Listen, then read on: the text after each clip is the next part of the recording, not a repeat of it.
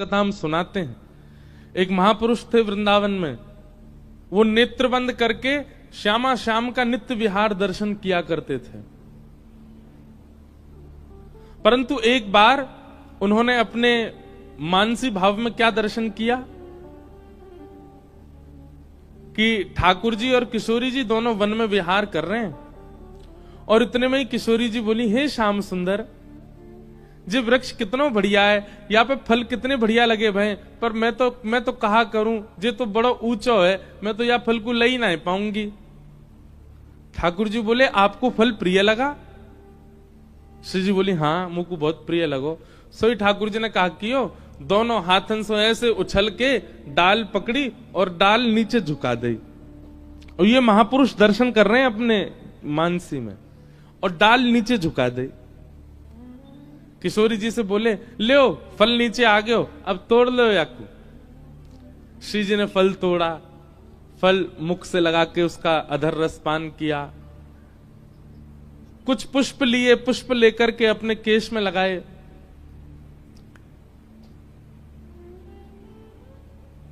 इतने में ठाकुर जी बोले, श्री जी ये ज्यादा भारी ना है, ये ज्यादा कड़ो ना है, ने पकड़ के देखियो है डाल को।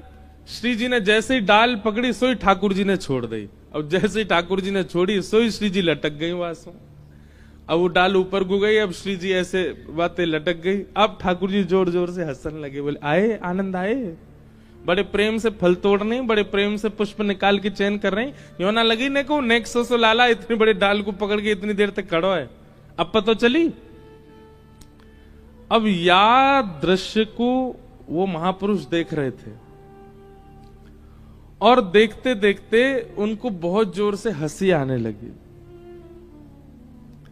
इतनी जोर से हंसे, उसी समय उनकी कुटिया के बाहर से कोई विकलांग ब्रजवासी जा रहा था। उसके पैर, एक पैर नहीं था, वो बेचारे लंगड़ा के चल रहे थे।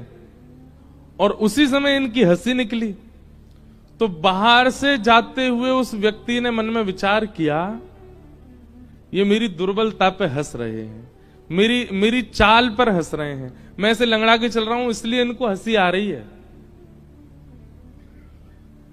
केवल उसके चित्त में ये भाव आना कि ये मेरी दुर्बलता पर हंस रहे हैं, इतने मात्र से उन महापुरुष के चित्त में जो प्रिया प्रियतम की लीला चल रही थी वो अंतर ध्यान हो गई। अब यहां तो जानबूझ करके नहीं किया, फिर भी वैष्णव अपराध लग गया। वैष्णव अपराध आप करते हैं तो ही लगता है, ऐसा भी नहीं है। कोई वैष्णव सोच ले कि इसने मेरा अपमान किया है, यह भी एक वैष्णव अपराध है। आपने मेरे साथ कुछ गलत नहीं किया, लेकिन मैंने जबरदस्ती मन में ही सोच लिया कि इन्होंने तो मेरा अपमान किया है, तो भी आपको वैष्णव अपराध लग जाएगा। इसलिए भगवत अपराध इतना बड़ा है ही नहीं। आप ठाकुर जी की सेवा में कोई चूक कर दो, ठाकुर जी के प्रसाद में चूक कर दो, कोई अपराध नहीं लगेगा। ठाकुर जी इतना गौर नहीं करते। पर भगवत भक्तों के प्रति तो बहुत सावधानी रखनी पड़ती है, क्योंकि इतनी सी बात भी उनको बुरी लग गई तो अपराध लगेगा। और उस अपराध से होता कुछ नहीं है, बस एक ही काम होता है, ठाकुर जी के प्रति जो आपका प्रेम है वो घटने लग जाएगा।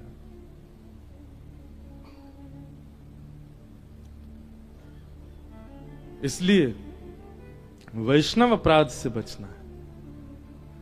अब आप कहेंगे, महाराज जी वैष्णव अपराध तो इतना सूक्ष्म है, अब ना जाने किस किस को हमारी बातें बुरी लग रही होंगी, कहां तक बचें इससे? उसका एक ही उपाय है। जैसे आप लोग नियम बनाते हैं, सुबह उठते ही ठाकुर जी को प्रणाम, मध्य भोजन करते ठाकुर जी को प्रणाम, रात्रि सोने से पहले ठाकुर जी को प्रणाम, ऐसे ही नित्य वैष्णव प्रणाम का नियम ले लीजिए।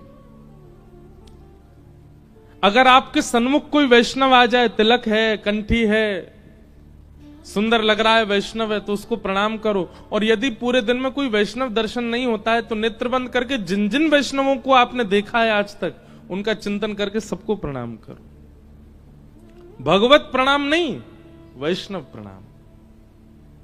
वृंदावन गए थे, वहां वो महाराज जी मिले थे, वहां पर एक दंपति मिले थे, दोनों पति पत्नी वैष्णव थे, उनको भी प्रणाम, उनके बालक को भी प्रणाम। रिक्शा चलाने वाले भैया राधे राधे बोल रहे थे, उनके भी माथे पर तिलक लगा था, उनको भी प्रणाम। कचौड़ी खिलाने वाले महापुरुष जो थे वो भी चंदन छापा लगाए हुए, वो भी वैष्णव दिख रहे थे, उनको भी प्रणाम। अरे कहां तक कहें, हमको तो बंदर में भी वैष्णव दिख रहे थे वृंदावन में, उनको भी प्रणाम। नित्य सन्मुख आने वाले वैष्णवों को तो प्रणाम कीजिए, पर कहीं आप ऐसे शहरों में रहते हैं जहां वैष्णव है ही नहीं, तो क्या करें? जिन जिन वैष्णवों से आप मिले हो उनका चिंतन करो, नेत्र बंद करके उनको याद करो और उनको प्रणाम करो। नित्य वैष्णव प्रणाम का नियम धारण करने से वैष्णव अपराध घटता है और आपका जो प्रेम ठाकुर जी के प्रति है वो फिर से वर्धमान होने लगता है, बढ़ने लगता है। इसलिए जिनका ये भाव है कि आपका पहले प्रेम बहुत था ठाकुर जी से लेकिन अब घट रहा है, तो आपने कोई वैष्णव अपराध किया है। और आपने जानबूझ के ना भी किया हो तो किसी वैष्णव को शायद आपकी कोई बात अनुचित लगी है। ठाकुर जी देखो कितने बड़े पक्षपाती हैं, कभी कभी मन में आता है मेरे, इन जैसा कोई पक्षपाती नहीं है। इनके साथ कुछ आपने अनुचित क्रिया करी, इनको बुरा नहीं लगता, पर इनके जनों के साथ आपने अगर किंचित भी कुछ किया, ये दूर हो जाते हैं आपसे। जैसे मित्रों में एक भाव चलता है ना, ए सुन अब मेरी उससे लड़ाई हो गई, तू भी उससे बात नहीं करेगा। स्कूल में, कॉलेज में या परिवार में ऐसा होता है ना कि हम अपने दूसरे मित्रों से क्या कहते हैं, बोले अब मेरी उससे लड़ाई हो गई है, तू भी उससे बात मत कर। और कहीं उसको दिख जाता है कि तुम उससे बात कर रहे थे तो वो आपसे भी नाराज हो जाता है, बोले उससे मेरी लड़ाई चल रही, तू उससे क्यों बात कर रहा था? तो ठाकुर जी वो बीच वाले हैं। कोई वैष्णव आपसे नाराज हुआ है, आपके प्रति उसका मन में भाव आया, ठाकुर जी पहले किनारे होते हैं, बोले भैया हम कैसे मिल सकते हैं आपसे, आप तो हमारे वैष्णव के जो है अपराधी हो। इसलिए भैया भोग में चूक हो जाए चलेगा, श्रृंगार में चूक हो जाए चलेगा, सेवा में चूक हो जाए चलेगा, नाम जप में चूक हो जाए, पाठ में चूक हो जाए चलेगा, पर किसी वैष्णव भक्त के प्रति चूक मत कीजिएगा। और इससे बचने का एक ही उपाय है, दिन में और रात्रि में जो जो वैष्णव आपके चिंतन में आते हो सबको प्रणाम करो, सबसे क्षमा मांगो।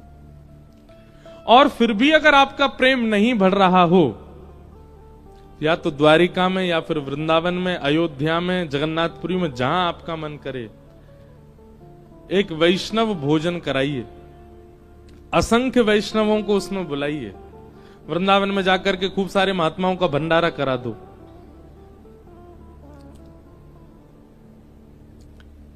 जगन्नाथपुरी में जाके खूब महाप्रसाद बंटवा दो। लेकिन केवल महाप्रसाद नहीं बांटना है, जिसको भी आप महाप्रसाद पवाओ उसके चरणों में प्रणाम कीजिए और फिर उससे क्षमा मांगिए। वो व्यक्ति कहेगा भाई तुम क्षमा क्यों मांग रहे हो, बोले नहीं बस आप क्षमा करो हमें। ऐसे अनेक वैष्णवों से जब आप क्षमा मांगेंगे तब आपका प्रेम पुनः वैसा हो जाएगा जैसा पहले था। अधिकतर ये होता है, कई बार हमारे साथ भी होता है। कई बार हमें लगता है कि हम लाल जी से इतनी दूरी, कभी कभी व्यस्तता के कारण हमारी दूरी बनती, पर व्यस्तता के कारण दूरी नहीं है। ये भी एक वैष्णव अपराध है। हमसे क्या वैष्णव अपराध होता है? इतने लोग दूर दूर से आते हैं हमसे मिलने, इतने लोग दूर दूर से आते हैं कथा में, कोई कुछ भाव लेके आता है, कोई लिख के लाता है, कोई कुछ वस्त्र लाता है, पर इतनी संख्या होने की वजह से हम क्या करते हैं, सबको दूर से ही प्रणाम करते हुए निकल जाते हैं। अब दूर वाला व्यक्ति बैठा, बोले मैं इतनी दूर से चल के आया, बस पकड़ के, ट्रेन पकड़ के, कहां से महाराज जी से मिलने आया, 2 मिनट भी नहीं मिले महाराज जी। अब उसके चित्त में ये भाव मेरे प्रति आते ही मुझे वैष्णव अपराध लगा। और इसी के कारण हमारे लाल जी हैं साथ ही, पर 24 घंटा हम सेवा नहीं करते उनकी। और उसमें बहाना क्या बन गया, व्यस्त हैं बहुत ज्यादा, यहां जाना वहां जाना, ये करना वो करना। कभी कभी जब संयोग मिलता है ठाकुर जी का, सेवा प्राप्त होती है, तो फिर लगता है कि अब वही वैष्णव जो हमसे नाराज हुए शायद खुश हो गए, इसीलिए लाल जी आ गए, फिर से श्रृंगार करा रहे हैं, फिर से भोजन पा रहे हैं हाथों से। तो वैष्णव अपराध बहुत सूक्ष्म होता है। उससे बचने का एक ही उपाय है, नित्य वैष्णव प्रणाम करो और जब भी अवसर मिले तीर्थ में धाम में जाकर के वैष्णव भोजन कराओ और सब वैष्णवों को दक्षिणा दो, प्रणाम करो, सबसे क्षमा मांगो। आपका प्रेम कभी नहीं घटेगा। मीराबाई के चरित्र में ऐसी भावना आती है कि कई बार मीराबाई के भजन भाव को देखकर के बड़े बड़े उद्योगपति आते थे मीराबाई के सन्मुख। वो पूछते हमें कोई सेवा दे दीजिए। बड़े बड़े उद्योगपतियों की बेटियां अपने घर परिवार को त्याग के मीराबाई के संग रहने को हो जाती थी। तो मीराबाई बस एक कहती, बोले आप पे धन की कृपा है ठाकुर जी के द्वारा, वृंदावन में एक सुंदर भोजन करा दीजिए, सब वैष्णवों को कराओ। अच्छा एक और बात बताएं, कई बार वृंदावन में वैष्णवों को भोजन कराने के बाद भी आपका प्रेम नहीं बढ़ेगा, तो फिर दूसरा उपाय अपनाओ। क्या? वृंदावन के बंदरों को पवा दो। वृंदावन के बंदरों के प्रति भी वैष्णव अपराध बन जाता है। कैसे बंदर हैं यहाँ के, चश्मा लेके भाग गए, मेरा 3 लाख रुपए का चश्मा ले गए। ठाकुर जी की भक्ति घट जाएगी उसी समय। क्यों? बंदर के प्रति भी अपराध नहीं कर सकते आप, वो भी वृंदावन का है। कई बार धामों में आपको बहुत अनुचित स्थिति देखने को मिलेगी, पंडाओं के द्वारा, पुजारियों के द्वारा, ब्राह्मणों को अब पीछे पड़ गए, देने पड़ेंगे इतने रुपया तो देने। एक बार मैं गोवर्धन परिक्रमा कर रहा था तो लग गए 2-4 बालक पीछे। अब वो मांगने लगे, कुछ दे दो दे दो दे दो। दे दिया, फिर भी नहीं माने। अब वो अपने रिश्तेदारों को भी ले आए, तुम भी मांगो, बहुत पैसा वारो दे रो सबन ने, दो मांगो आते। अब मैंने कि भैया हमको करने दो परिक्रमा। छोटे छोटे बच्चे थे, बुरा भी लग रहा था चित्त में, ये क्यों ऐसे डोल रहे हैं यहाँ पे, कहीं इनकी व्यवस्था गिरिराज जी कर दें, कोई बढ़िया पढ़ाई लिखाई करें। और पीछे पीछे भागे, दे दो दे दो दे दो। अब मैं 2-4 को तो दे दिया, फिर मैं भी दौड़ने लगा। मैंने कि भागो भाई। तो एक उनमें छोटी सी लाली थी, उम्र को बोलती है, दे दे नहीं तो आगे चल के तेरा पाम टूट जाएगा। दे दे नास पीटे तेरा मुंह टूट जाएगा। अरे मैंने कि भैया इतनी बद्दुआ मत दो। 1-2 चीज और भी कहीं, वो नहीं बताऊंगा मैं मंच से। तो अब वहां पे भी लगता है कि भाई ये भी एक वैष्णवी है तो वृंदावन के। तो वैष्णव अपराध बहुत सूक्ष्म है, इसलिए उसका एक ही उपाय, ये जितने भी वैष्णव भक्त हैं हमारे भक्तमाल जी में, तो मुझे वो पद याद होना चाहिए था तो मैं सुना था, उसमें एक ही पद में कितने भक्तों को प्रणाम किया गया है।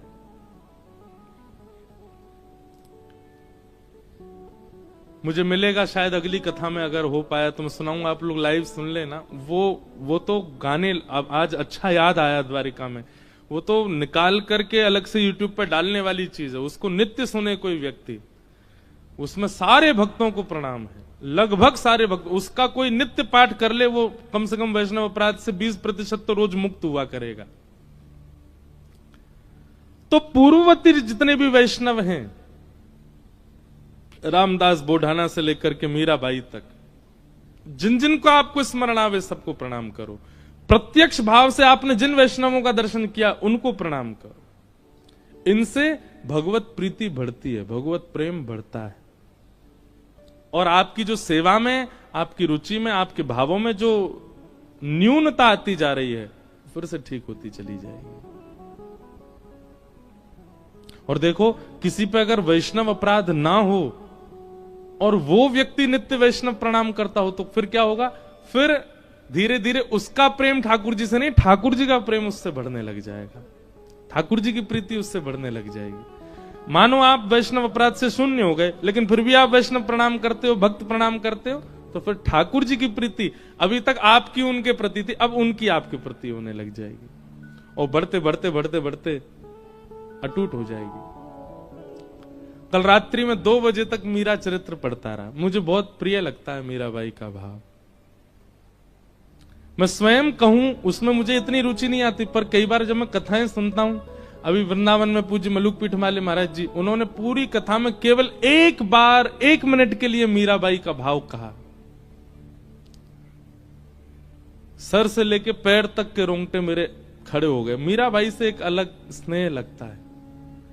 अभी नाथद्वारा में हमारे कीर्तिदान गढ़वी आए, गुजरात के गायक, उन्होंने एक पद गाया केवल, उसका मुझे अर्थ भी नहीं पता, बस पहला शब्द पता था, कानूड़ो सु जाने मारी प्रीत।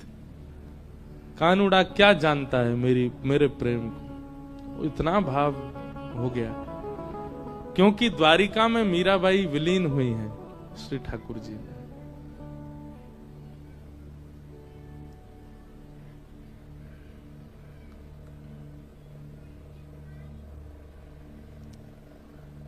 मीराबाई द्वारिका ठाकुर जी की आज्ञा से आई थी। वृंदावन में निवास करती थी मीराबाई।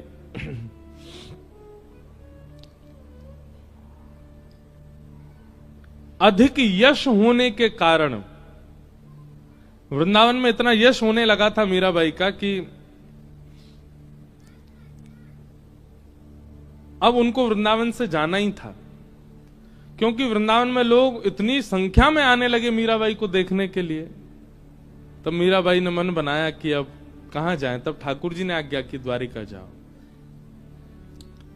द्वारिका में आकर के मीराबाई रहने लगी। यहां पर एक ऐसा प्रसंग भी आता है, महादेव जोगी का वेश धारण करके आते और मीराबाई के पास आके सत्संग सुनाते। कई भाव बताते हैं, रुक्मणी जी, जामवती जी, सत्यभामा, ये सब रूप बदल बदल करके आते थे मीराबाई से मिलने के लिए। ऐसी स्थिति क्यों बन गई? क्योंकि अब मीरा ठाकुर जी से प्रेम नहीं, ठाकुर जी मीरा से प्रेम करते हैं।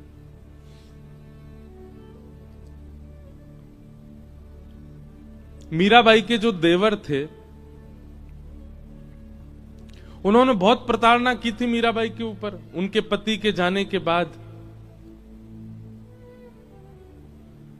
लेकिन अब मीराबाई ने जब से मेवाड़ त्याग दिया, मेवाड़ से चली गई वृंदावन, तब से मेवाड़ में भुखमरी होने लगी, अकाल पड़ने लगा, वर्षा नहीं हुई कितने वर्षों तक। बड़े बड़े राज पुरोहितों को बुलाया गया, बड़े बड़े संतों को बुलाया गया, और सबने अपने ज्योतिष विद्या आदियों से केवल एक ही उपाय बताया, बोले घनघोर वैष्णव अपराध लगा है मेवाड़ को। क्यों? मीराबाई को प्रताड़ना दी है।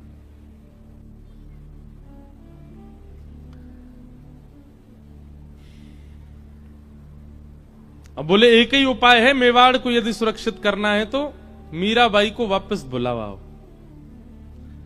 अब मीराबाई का तो ससुराल है मेवाड़, वो तो जन्मी मेड़ता में, और रही वृंदावन में, फिर आ गई द्वारिका। मेवाड़ तो मजबूरी में रह रही थी। अब द्वारिका में मेवाड़ से बड़े बड़े राजपुरोहित, बड़े बड़े ब्राह्मण, बड़े बड़े वेदज्ञ आने लगे, और सब आकर के केवल यही पूछते, मीराबाई कहां है?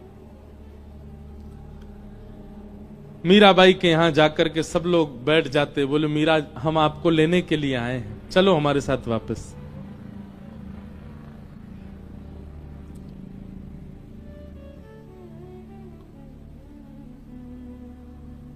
मीराबाई कहती, अब मैं थक चुकी हूं, अब मैं वापस नहीं, मैं मिलने के लिए आई हूं ठाकुर जी से, दूर होने के लिए नहीं आई हूं। खूब प्रयास किए पर मीराबाई वापस नहीं गई।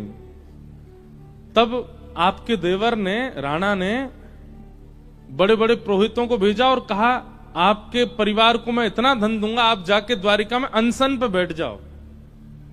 बोले या तो हम प्राण त्याग देंगे, नहीं तो मीरा हमारे साथ चलो वापस। यहां बड़े बड़े पुरोहित आए, आकर के मीराबाई के, अब मीराबाई तो कक्ष से निकलना ही बंद कर दिया उन्होंने, क्योंकि जैसी निकलती हैं सब पीछे पड़ जाते हैं, चलो वापस, चलो वापस। मीराबाई को किसी ने जाकर के बताया, बोले मीरा, समुद्र के तट पर, गोमती के तट पर सब राज पुरोहित अनशन पर बैठे हैं तुमको ले जाने के लिए।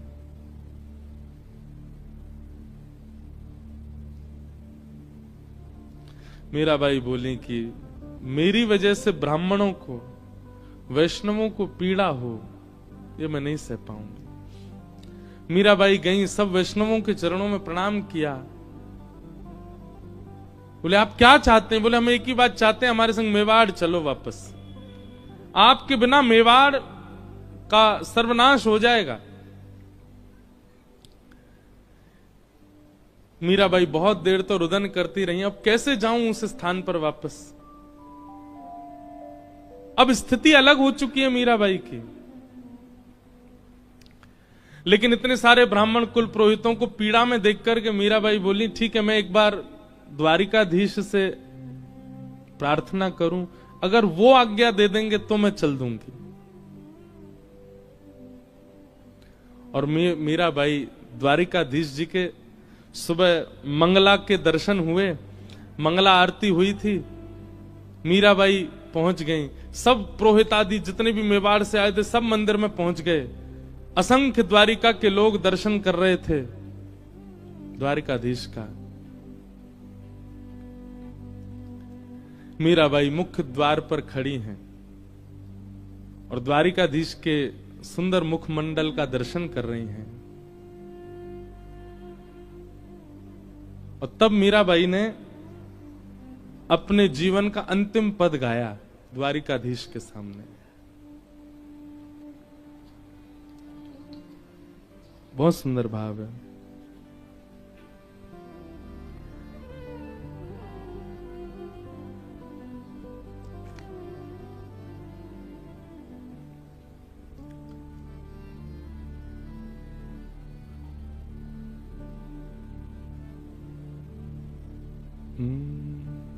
साजन सुध जू जानो तू लीज, साजन सुध जू जानो तू। ये मीराबाई का अंतिम पद है और ये द्वारिका में गाया गया, द्वारिकाधीश के सामने। क्या कह रही हैं? साजन सुध ज्यों जानो त्यों लीजो, आपको जैसे अच्छा लगे वैसे मेरी सुध लेना। साजन सुध ज्यों जानो त्यों लीजो, साजन सुध ज्यों जानो त्यों लीजो। तुम बिन मेरे और न कोई, तुम बिन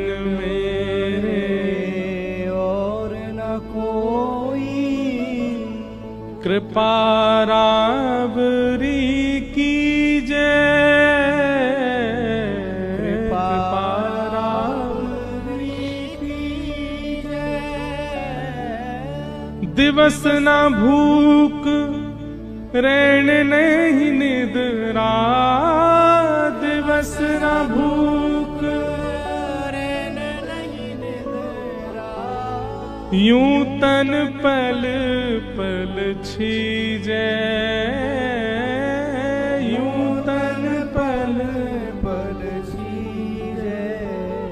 साधन साजन सुध जूं जानो तुम लीजे, साजन सुध जूं जानो तुम। इस पद में मीराबाई अपने संपूर्ण जीवन की पीड़ा कह रही हैं। बोले मैं थक गई द्वारिकाधीश, आपने कितना नचाया मुझे, मेड़ता से मेवाड़ भेज दिया, ब्याह करा दिया, मेरा पति पधार गए, उसके बाद इतना सब कुछ मेवाड़ में हुआ, वापस मेड़ता आ गई और फिर मेड़ता से वृंदावन बुला लिया, वृंदावन में निकुंज के दर्शन करा दिए।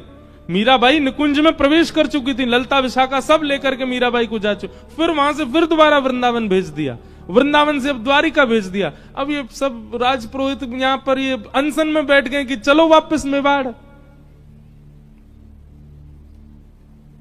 अब तो मीराबाई हार करके कह रही हैं, साजन सुध ज्यों जानो त्यों लीजे, साजन सुध ज्यों जानो त्यों लीजे। अब भी विश्वास, तुम बिन मेरे और न कोई, आपके अलावा मेरा कोई नहीं है। मेरा जीवन कैसा हो गया है, दिवस ना भूख, दिन में मुझे भूख नहीं लगती, रैन नहीं निद्रा, रात में मुझे नींद नहीं आती है। यूं तन पल पल छीजे, एक एक क्षण में मेरा तन घटता जा रहा है। पर मैंने आज तक आपके किसी भी भाव में अपनी टांग नहीं अड़ाई। आपने कहा वृंदावन जाना, गई। आपने कहा मेवाड़ जाना, गई। आपने कहा ब्याह करना है, किया। आपने कहा द्वारिका आना है, आ गई। पर नाथ, और ये अंतिम पंक्ति मीराबाई कहती हैं, मीरा के प्रभु गिरधर नागर, मीरा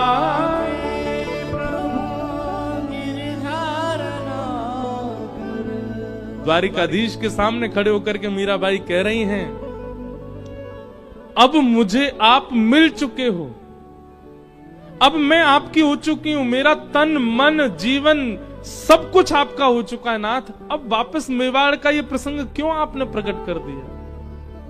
मीरा के प्रभु गिरधर नागर, मीरा के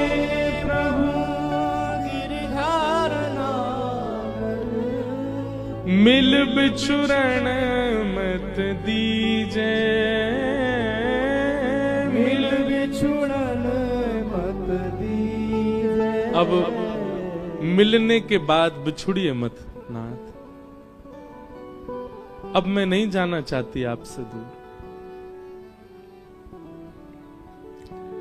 मिल बिछुरण मत दीजे, ये शब्द जैसे ही गाया मीराबाई ने, शंख चक्र गदा पद्मधारी द्वारिकाधीश प्रत्यक्ष प्रकट हो गए सामने। और कैसे प्रकट हुए, दुल्हा के भेष में, सहरा बांध करके, बढ़िया सुंदर अचकन पहन करके, और जैसे एक दुल्हा के हाथ रचे होते हैं मेहंदी में, ऐसे द्वारिकाधीश के हाथ रचे हैं। क्योंकि मीराबाई बीण ही मांगती थी, ठाकुर जी को अपना प्रियतम ही मानती थी। ठाकुर जी बिल्कुल दुल्हा के रूप में, मंगला के दर्शन में द्वारिकाधीश प्रभु दुल्हा के रूप में प्रकट हो गए। सुंदर सिर पर सहरा पहना है और बढ़िया किरीट धारण किया है, गले में मालाएं पहनी है, हाथ पूरे रचे हुए मेहंदी से, सुंदर बिल्कुल एक दुल्हा के भांति ठाकुर जी प्रकट हो गए। मिल बिछुरन मत दीजे, मिल बिछुरन मत दीजे, बार बार मीराबाई इस भाव को गाती जा रही है। एक अद्भुत प्रकाश द्वारिकाधीश के मंदिर में प्रकट हुआ, मानो सूर्य चंद्र एक साथ प्रकाशित हो गए हों। जितने दर्शनार्थी खड़े थे सबके नेत्र बंद हो गए, कोई देख नहीं पा रहा है स्थिति को। और मीराबाई बढ़ती जा रही हैं द्वारिकाधीश की ओर। मिल बिछुरन मत दीजिए। जैसे ही गर्भगृह में मीराबाई ने प्रवेश किया, दोनों अंकों से द्वारिकाधीश ने मीराबाई जो चरणों में प्रणाम कर रही थी उनको उठा करके हृदय में, हृदय से जैसे लगाया, मीराबाई प्रविष्ट हो गई श्री द्वारिकाधीश। तेज विश्राम हुआ, वो प्रकाश जैसे शांत हुआ, सब लोग अफरा तफरी मच के ढूंढने लगे, कहां है कहां है कहां है। तभी पुजारी जी की दृष्टि गई और श्री द्वारिकाधीश के हृदय पटल में से मीराबाई प्रविष्ट तो हो चुकी हैं, वो तो दिखी नहीं, पर मीराबाई की जो ओढ़नी थी उसका छोड़ धीमे धीमे धीमे धीमे भीतर जा रहा था। तुरंत पुजारी जी ने जाकर के वो छोड़ पकड़ लिया, परंतु नहीं रोक पाए और मीराबाई ठाकुर जी में विलीन हो गई। साजन सुध जो जानो तुम लीजे, साजन सुध जो जानो मीरा के प्रभु गिरधर नागर, मीरा के प्रभु गिरधर नागर, मिल बिछुरन मत दीजे, मिल बिछुरन मत दीजे, साजन सुध जो जानो साजन सुध और मीराबाई विलीन हो गई द्वारिकाधीश में। और उस दिन द्वारिकाधीश का मुखमंडल इतनी प्रसन्नता में, ऐसा अद्भुत दर्शन द्वारिका में कभी नहीं हुआ ठाकुर जी का। सब लोगों ने दंडवत प्रणाम किया, मीराबाई सा की जय हो, मीराबाई सा की जय हो, सब जय जयकार करने लगे। कितने लोगों ने तो मीराबाई के वियोग में प्राण त्याग दिए। मीराबाई विलीन हो गई ठाकुर जी में।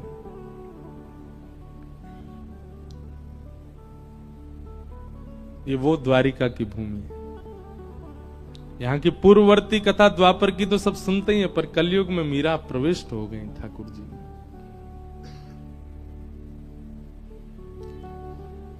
मिल बिछुरन मत दीजिए, क्योंकि मीराबाई कह रही है कि अब मैं वैष्णव अपराध नहीं कर सकती, ये सब अनशन कर रहे हैं, मैं मेवाड़ जा नहीं सकती।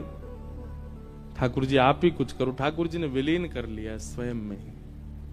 और ऐसे भक्तिमती मीरा, पूछा जाए अभी कहां है तो द्वारिका में ही है, द्वारिकाधीश के साथ है। बोलो भक्तवत्सल भगवान की जय। गिरधर जन्म मरण रासा थे, गिरधर जन्म मरण रासा। मीराबाई कह रही है गिरधर जन्म मरण रासा थे, गिरधर जन्म मरण रासा थे। होया नाय बिसरू दिन राती, होया नाय बिसरू में दिन राती, होया नाय बिसरू में दिन राती, होया नाय बिसरू में दिन राती। गिरधर जन्म मरण रासा थे, गिरधर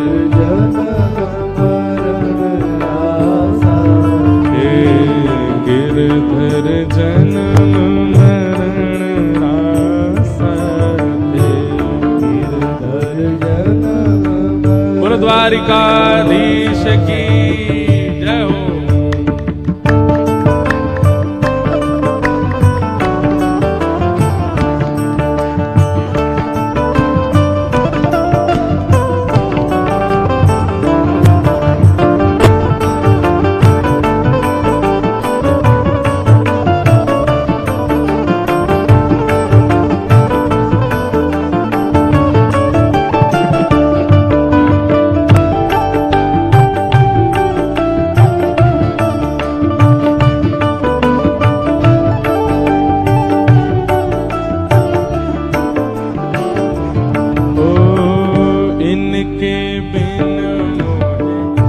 चलना पड़त है जानत मेरी छाती,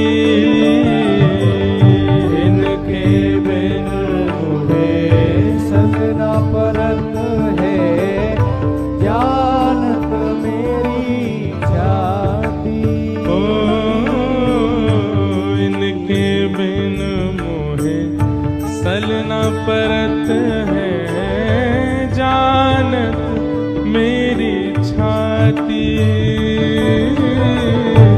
इनके बिन मुझे चलना पड़त है जानत मेरी छाती। ऊंचे चढ़ चढ़ पंथ निहारूं, ऊंचे चढ़ चढ़ ऊंचे चढ़ चढ़ पंथ निहारूं, ऊंचे चढ़ चढ़ पंथ निहारूं। रोए रोए अखियां प्यासी गिरधर जन्म मरण रासा, गिरधर जन्म मरण रासा। गिरधर जन्म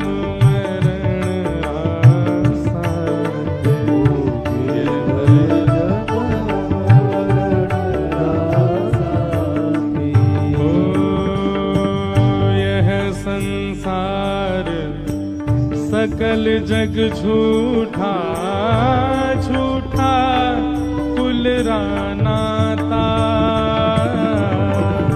यह संसार सकल जग झूठा झूठा कुल रानाता। मीराबाई कह रहे हैं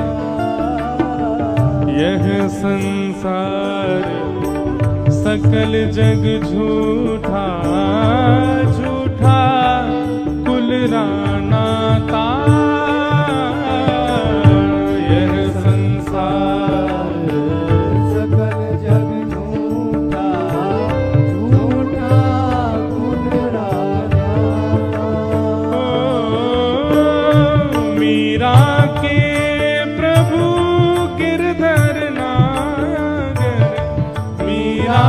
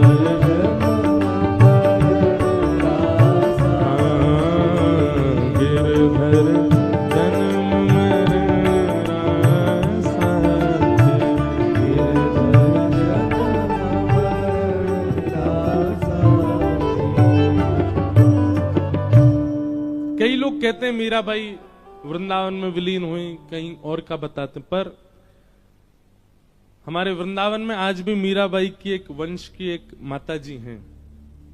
उन्होंने मीरा चरित्र स्वयं लिखा, उन्होंने उसमें वर्णन किया कि वे द्वारिकाधीश में विलीन हुई, द्वारिका में ही श्री ठाकुर जी में विलीन हुई मीराबाई। ऐसे ठाकुर आज जब दर्शन करने जाओ, अब तो कब जाएंगे, 12 तो बजने वाले हैं।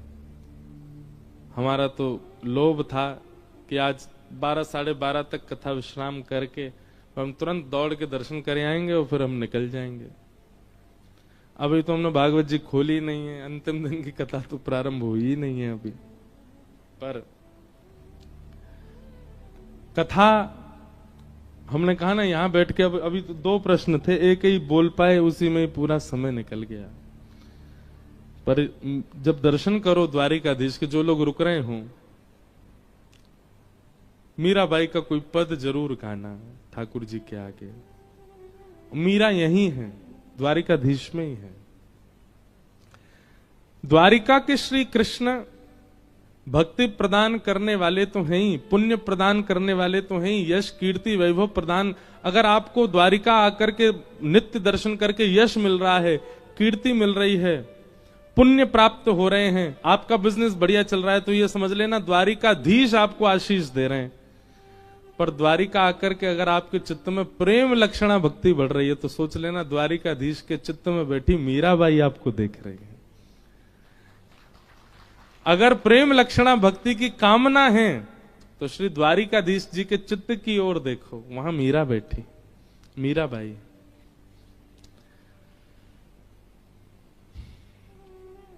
ऐसा सुंदर भाव। मीराबाई को प्रणाम करते हैं, आगे प्रसंग में चलते हैं।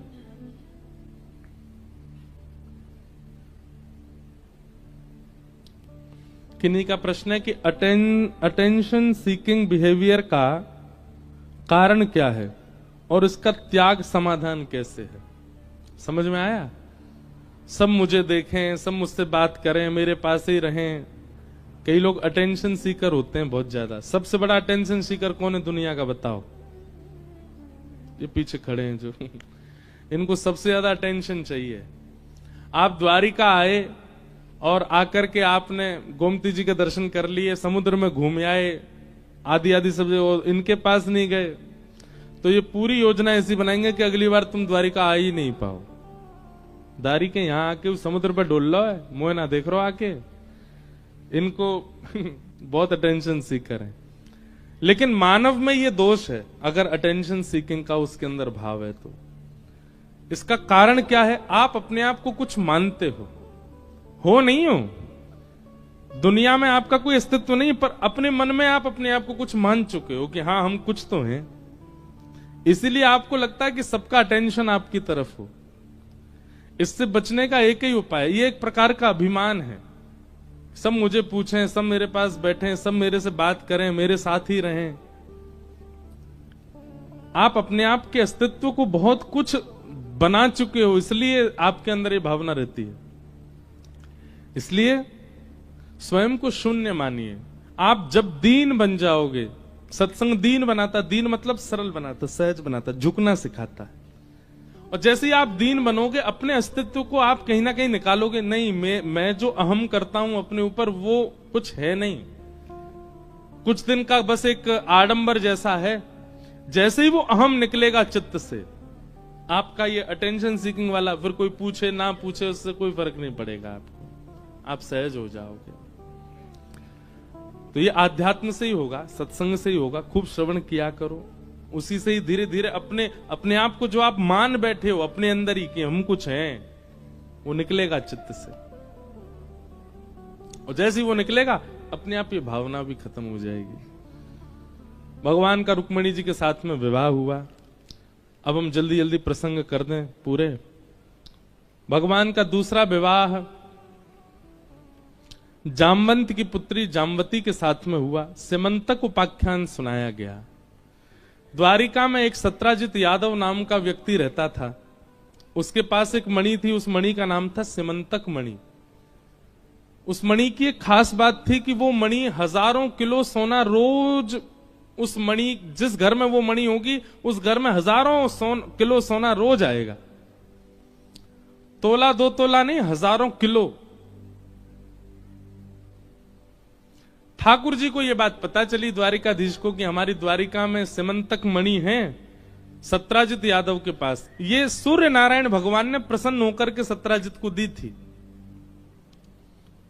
तो भगवान ने सत्राजित से जाके कहा, इतने सारे धन का तुम अकेले क्या करोगे? जैसे लोग बाग, ये हमारे द्वारिका के मोटरसाइकिल की आवाज है, ये ऐसा लगता है हेलीकॉप्टर निकल के गया क्या। मतलब मोटरसाइकिल भी राजा धीराजी मानती है अपने आप को। जब जब निकलती है ऐसा लगता है कोई नेताजी हेलीकॉप्टर से गए हैं क्या ऊपर से। तब बाद में पता चलता है नहीं नहीं, राजा धीराज की भूमि है ना, यहाँ मोटरसाइकिल भी वो। अच्छा, हमारे यहाँ तो इतनी छोटी मोटरसाइकिल होती है, यहाँ कितनी ऊंची होती है, 2 सीढ़ियां चढ़ के फिर बैठना पड़ता है उस पर। क्या बोलते हैं उसको, है छकरा, छकरा ना।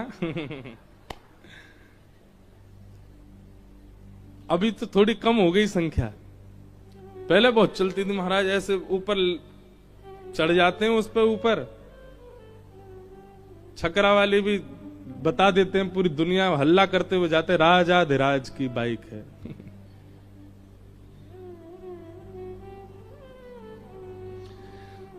तो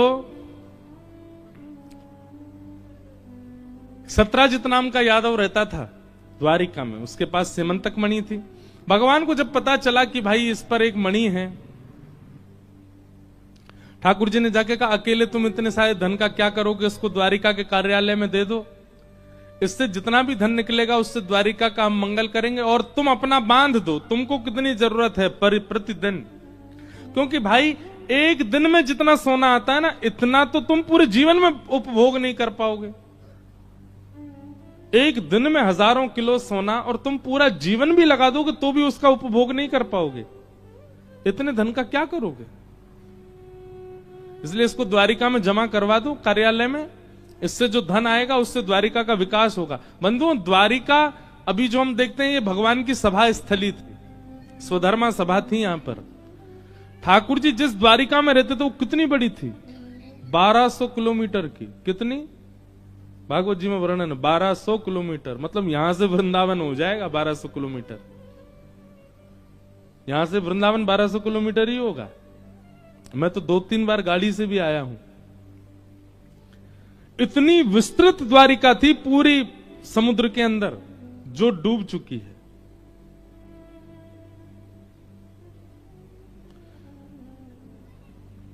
अब योजन आदि में मुझे याद नहीं है कितना, पर किलोमीटर में मुझको याद था। अब वो 1200 किलोमीटर लंबी थी कि जन पूरी गोलाई घूम के 1200 किलोमीटर के, ऐसा कुछ भाव वर्णन आता है। तो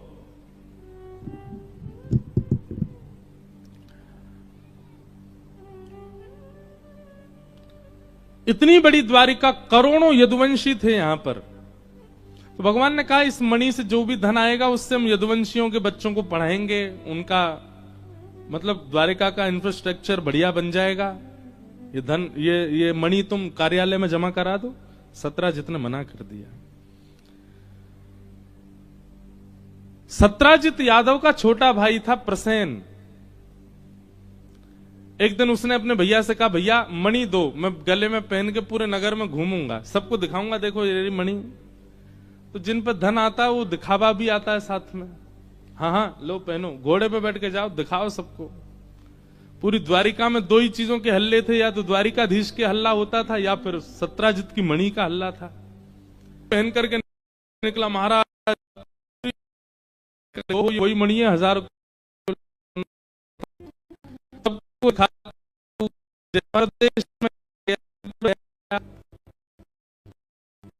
तभी चला गया। 5 कृष्ण भाग चुरा ली है, इसको देखने से कलंक लग जाए। किसी व्यक्ति को हमें पता कलंक, ऐसे लोग व्याख्यान जो अभी हम सुना रहे, अगर ये सुन लिया आपने, इसके बाद आपको कलंक नहीं लगेगा। ये इस कथा की महिमा है। ठाकुर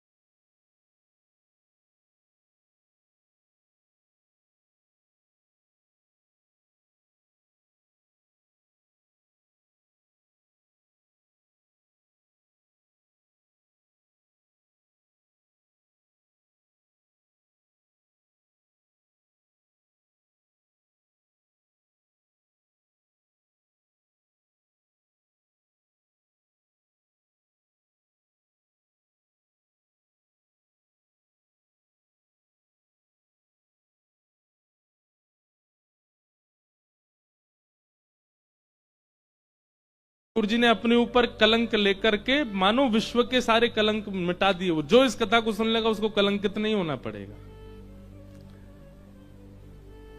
ठाकुर जी के ऊपर कलंक लग गया, भगवान ने मणि चुराई, और द्वारिका के लोगों ने एक बार भी विचार नहीं किया। सब लोगों ने सर हिला के हामी और बड़ी, हाँ हो सकता है द्वारिकाधीश ने मणि चुराई हो। ठाकुर जी के पास जब ये बात पहुंची कि पूरी द्वारिका में हल्ला हो रहा है कि सत्राजित की मणि आपने चुरा ली है, भगवान बहुत जोर से मुस्कुराए, बोले ये संसार की रीति है। द्वारिका बसाई हमने, यदुवंशियों को मथुरा से लेकर के हम आए, इनके बच्चों को पढ़ाना लिखाना पहनाना खिलाना सुलाना सबकी जिम्मेवारी हम ले रहे हैं। पूरे द्वारिका की जिम्मेवारी हमने अपने ऊपर उठा रखी है, पर एक बार भी इन लोगों ने मेरे ऊपर कलंक लगाने से पहले विचार नहीं किया। सुनी हुई बात मान करके तुरंत मान भी लिया, विश्वास भी कर लिया। ठाकुर जी अपने सैनिकों को प्रवचन देने लगे, ये संसार है, यहां भगवान नहीं छोड़े गए तो आप तो इंसान हो। भगवान के सब सैनिक, राजमंत्री आदि सब कहने लगे, ठाकुर जी अब कैसे बचा जाए इस कलंक से। ठाकुर जी बोले, जब किसी का कोई अपराध ना हो तो निरपराधी व्यक्ति का सबसे बड़ा एक ही मूव हो सकता है, क्या? मौन। सत्य का स्वभाव है कि वो छुपता नहीं है, बहुत जल्दी उजागर हो जाता है।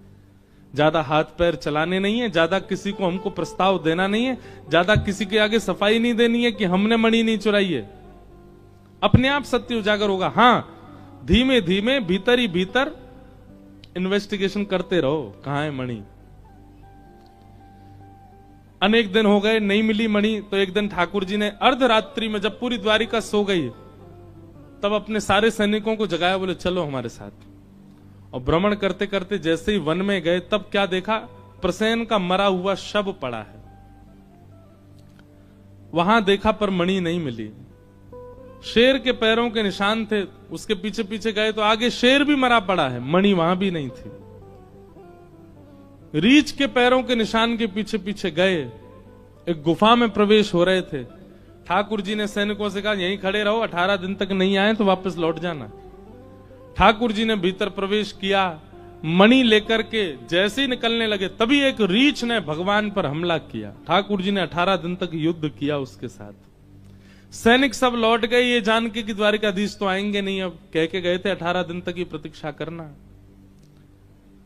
यहां भगवान युद्ध करते करते जैसे ही उस भालू की नस नस ढीली हुई, चरणों में गिर गया। बोले, मुझको परास्त करने की सामर्थ्य एकमात्र पर ब्रह्म में है।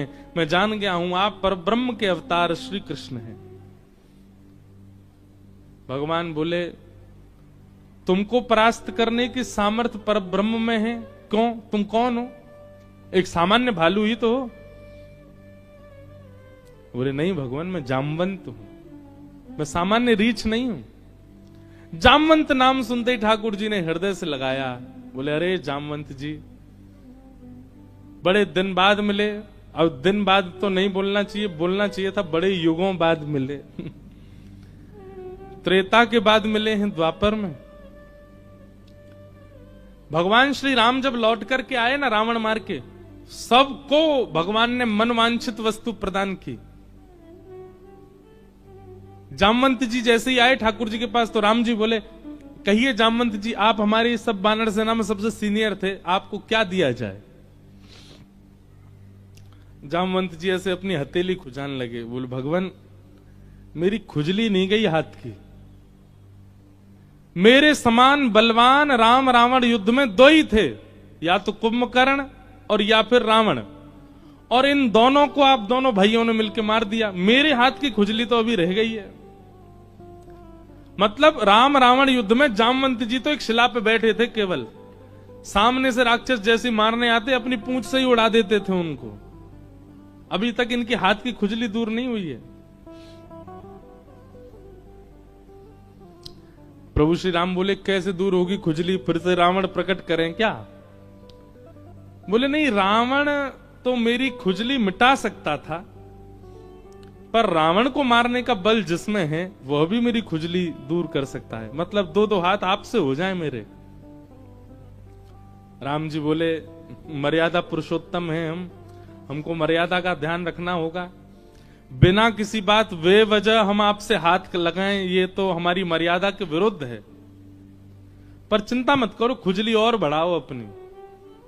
आप चिरजीवी हो, चिरंजीवी हो, युगों से आपके ऊपर कोई फर्क नहीं पड़ेगा। ये त्रेता के बाद द्वापर जब आएगा ना, तब हम ही योगेश्वर कृष्ण बन के आएंगे, और हाथ की नहीं पूरे तन की खुजली मिटाएंगे आपकी। प्रतीक्षा करो। आज ठाकुर जी ने पसीना पसीना कर दिए जामवंत जी। तब उनको याद आया, बोले, ये तो मैंने त्रेता में आपसे कहा था और आपने वही बात पूरी की। ठाकुर जी बोले, हम किसी की बात भूलते नहीं है। अच्छा, एक बात तो है, ठाकुर जी की मेमोरी बहुत शार्प है। उनको त्रेता का भी याद है कि मुझे किसका बदला, किसकी बातें पूरी करनी है। कई बार मुझे ऐसा लगता है कि कोई व्यक्ति बिना परिश्रम किए अपने जन्म में बहुत कुछ हासिल कर लेता है, तो कई बार मुझे ऐसा लगता है इसने पूर्व जन्म में ठाकुर जी को बोला होगा, तब तो इसके कर्मों से इसको मिला नहीं होगा, लेकिन ठाकुर जी सबकी बात पूर्ण जरूर करते हैं। इस जन्म में कर दिया, उसको खूब बना दिया। मेमोरी बहुत शार्प है ठाकुर जी को, भूलते नहीं है। जामवंत जी ने कहा भगवान मेरी पुत्री से आप ब्याह कर लो, और भगवान ने जामवती के साथ ब्याह किया। तीसरा ब्याह ठाकुर जी का सत्यभामा के साथ हुआ। चौथा ब्याह भगवान का कालिंदी यमुना के साथ में हुआ। बहुत सुंदर सुंदर कथाएं सबके ब्याह की। 16,100 राजकुमारियों को बंदी बना रखा था भौमासुर नाम के राक्षस ने। भगवान ने जाकर के उसका वध किया, और वध करके उन 16,100 राजकुमारियों को अपने अपने घर जाने की आज्ञा दी। परंतु उन सब ने ठाकुर जी के चरणों में प्रणाम करके कहा भूयात पतिर में मह्यम, आप ही हमको पति रूप में मिल जाओ। और ठाकुर जी ने 16,100 रूप धारण करके सबसे ब्याह किया। 16,108 विवाह हुए ठाकुर जी के। और यहां द्वारिका में ठाकुर जी खूब आनंद से विराजे। आगे भागवत जी में राजा नृण की कथा और भगवान की दिनचर्या का वर्णन किया गया। ठाकुर जी सुबह ब्रह्म मुहूर्त में उठ जाते हैं, और उठकर के सबसे पहले ठाकुर जी वृंदावन का स्मरण करते हैं, ब्रज वृंदावन को याद करते हैं, ब्रज की गोपियां श्री राधा रानी का स्मरण करते हैं आज भी। फिर उसके बाद ठाकुर जी स्नान ध्यान करके संध्या वंदन करके गौशाला जाते हैं। गौशाला जाके गायों की सेवा करते हैं, स्वयं अपने हाथ से सानी करते हैं, गाय का दूध निकालते हैं और गौशाला में ही दूध पान करते हैं। आज भी ठाकुर जी नित्य गौशाला जाते हैं। हमें लगता है कि श्रृंगार से पूर्व ठाकुर जी का श्रृंगार चल रहा है, पर श्री विग्रह का श्रृंगार चलता है, पर ठाकुर जी तो गौशाला में ही होते हैं, गैयाओं की सेवा करते हैं स्वयं अपने हाथ से। और सब गायों का संरक्षण पालन करके श्री ठाकुर जी फिर वापस आते हैं। उसके बाद ठाकुर जी श्रृंगार धारण करते हैं, और श्रृंगार धारण करने के बाद फिर अपनी स्वधर्मा सभा में बैठते हैं। पूरी दिनचर्या भागवत में लिखी है। स्वधर्मा सभा में बैठकर के ठाकुर जी सब जनों की पीड़ा सुनते हैं, आर्त सुनते हैं, प्रशंसा सुनते हैं, भाव सुनते हैं, द्वारिका में क्या चल रहा है क्या नहीं सबकी जानकारी लेते हैं। उसके बाद राजभोग पाने के बाद ठाकुर जी फिर संत वैष्णव जो द्वारिका आए होते हैं, तीर्थों के जो लोग आए होते हैं, उनसे अलग से मिलते हैं, उनके पास जा जा करके सबकी सुध लेते हैं। दोपहर में फिर ठाकुर जी नगर भ्रमण पर निकलते हैं। इतना सुंदर वर्णन है ठाकुर जी के नगर भ्रमण का द्वारिका का, कि जितने भी पीड़ित लोग होते हैं, किसी को ज्वर चढ़ा है, किसी को कोई बीमारी हो गई है, वो सब लोग अपने अपने द्वार पर खड़े हो जाते हैं, और द्वारिकाधीश केवल दृष्टि मात्र से देखते हैं और सबकी पीड़ा दूर हो जाती है। अगर द्वारिका में कोई पीड़ित होता है तो लोगों को ये बात पता चल जाती है द्वारिकाधीश का दर्शन नहीं करता, इसीलिए पीड़ित है। सबको ठाकुर जी दर्शन देते हुए चलते हैं। पूरी द्वारिका इतना वात्सल्य प्रकट करती है ठाकुर जी के प्रति, इतना प्रेम, इतना आदर, इतना सम्मान। बूढ़े बुजुर्ग जो हैं ठाकुर जी को हृदय से लगाते हैं, बालक के भांति प्रेम देते हैं। एक एक के घर ठाकुर जी जाते हैं और सबकी सुध लेते हैं। द्वारिका में कोई दुखी तो नहीं, सबका भाव लेके आते हैं। संध्या काल में फिर ठाकुर जी परिवार को समय देते हैं। सब पत्नियों के पास अलग अलग रूप धारण करके जाते हैं। 16,108 रूप धारण करके ठाकुर जी एक एक पत्नी के साथ रहते हैं, और कहीं भी किंचित किसी को पता नहीं चलने देते। पत्नियां पूछती हैं आप सबसे पहले किसके पास गए थे आज? सब पत्नियों को एक साथ बोलते हैं देवी सबसे पहले तुम्हारे पास ही आया हूं मैं। रुक्मणी, जाम्बती सबके पास तो बाद में जाऊंगा, पहले तुम्हारे पास आया हूं। सब इतनी खुश हो जाती हैं। फिर ठाकुर जी रात्रि का जो ब्यारू है वो परिवार के साथ करते हैं। अपने सब बच्चे, खानदान सब इकट्ठा होता है, सबके साथ ठाकुर जी बैठते हैं। उसके बाद यदुवंश में जो भाई बंधु आदि हैं उनके साथ ठाकुर जी समुद्र पर बैठ करके थोड़ी चर्चा करते हैं। किसी की कोई मतलब सबको समय देते हैं ठाकुर जी। लेकिन निज निज जनों का समय कौन सा है? भोर का, सुबह उठते ही। इसलिए कहते हैं कि प्रेम लक्षणा भक्ति जिसके चित्त में है उसको भोर में उठना चाहिए, क्योंकि भोर में ही ठाकुर जी अवेलेबल होते हैं उसके लिए। अगर वो सूर्य उदय के बाद ठाकुर जी का स्मरण करता है तो ठाकुर जी तो व्यस्त हैं फिर पूरे दिन। अच्छा, हमारे वृंदावन वाले ठाकुर जी का नियम नहीं बता रहे हैं, हम द्वारिका के ठाकुर जी का बता रहे हैं। वृंदावन वाले तो और कोई समय ही ना दें, वो तो पूरे दिन निज वारे इनके काजी बैठे रहे हैं और उनके काजे उन पर समय ही नहीं है। पर द्वारिका में तो जिम्मेवार ठाकुर जी है ना, यहाँ पे जिम्मेदारी है इनके ऊपर। इसलिए द्वारिका के भजन करने वाले, द्वारिका में प्रेम प्रकट करने वाले जनों को तो भोर में ठाकुर जी का स्मरण करना चाहिए, ब्रह्म मुहूर्त में। पर हमको कोई बता रहा था, महाराज जी द्वारिका के लोग सोते बहुत हैं, लोकल लोग जो द्वारिका के बहुत सोते हैं। बोले रात में भी सोते हैं, फिर दिन में राजभोग पाने के बाद फिर सो जाते हैं 1-2 बजे। मैंने कहा यहां सभी राजा धीराज हैं, उसी की तरह रहते हैं, राजाओं की तरह ही।